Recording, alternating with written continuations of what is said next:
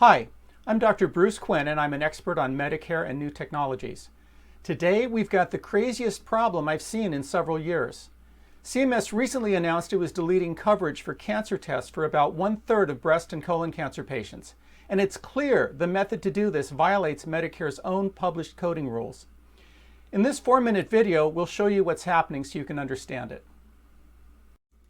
Sometimes something doesn't make sense, but you can still understand why it doesn't make sense. Here's the brief overview. CMS has a national coverage decision that controls cancer gene panel testing in advanced cancer patients, patients with relapsed or metastatic cancer.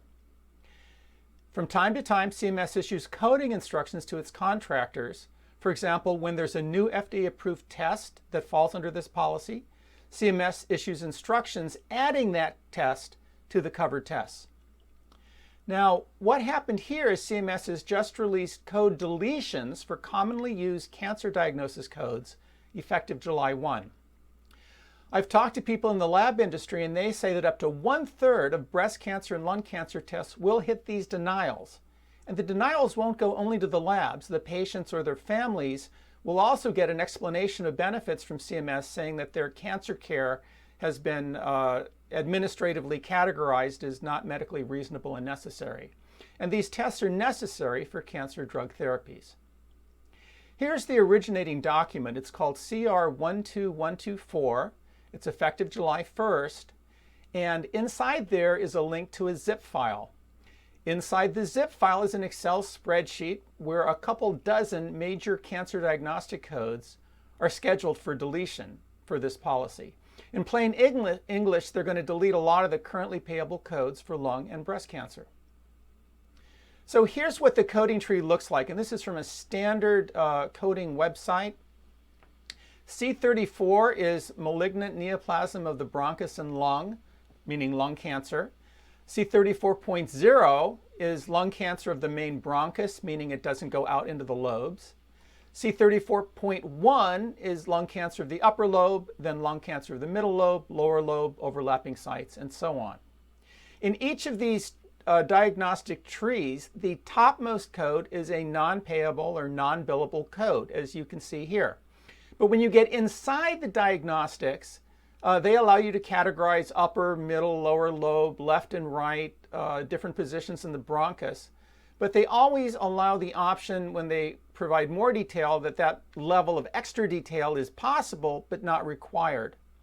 So let's look at C34.0, malignant neoplasm of the main bronchus. That's classed as non-billable.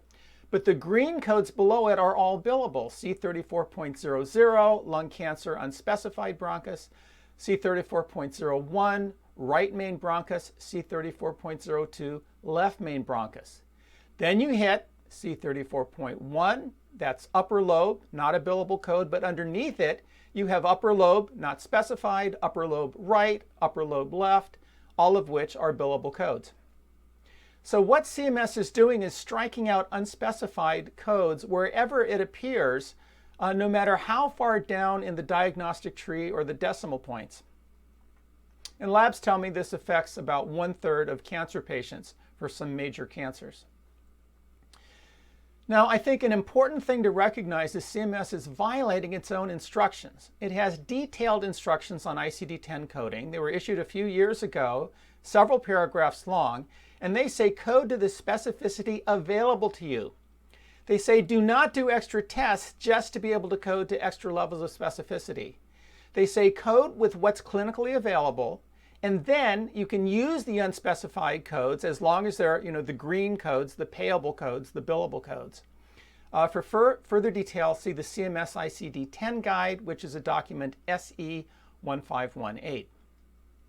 Now, the changes are not consistent with that document. They're not consistent with the coding hierarchies used at the Medicare Max and not consistent with the coding rules used at private payers for cancer patients. They're also not consistent with the carefully curated hospital DRG codes or the hospice codes. And you can get more links to that information down underneath in the blog link I provide. Now, if these denials go through and are appealed, the CMS rules will just look goofy to a hearing officer or administrative law judge. And If and when CMS applied the same rules to hospital and hospice care, there would be an immediate explosion with the AARP, with Congress, with the AMA, literally with everybody. So what should happen? CMS should issue an amendment in May so that this does not occur on July 1st. There are lots of ways to do this and save face. They can say they are postponing this change for further review.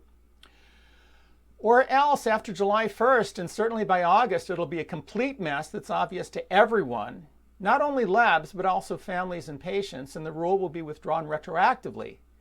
That happens from time to time. They can do that, but let's avoid driving headlong into a crazy mess. And in closing, feel free to look up this instruction, SC 1518. I quote it at length in the blog that I provide below, and we'll hope this doesn't actually happen. Good luck.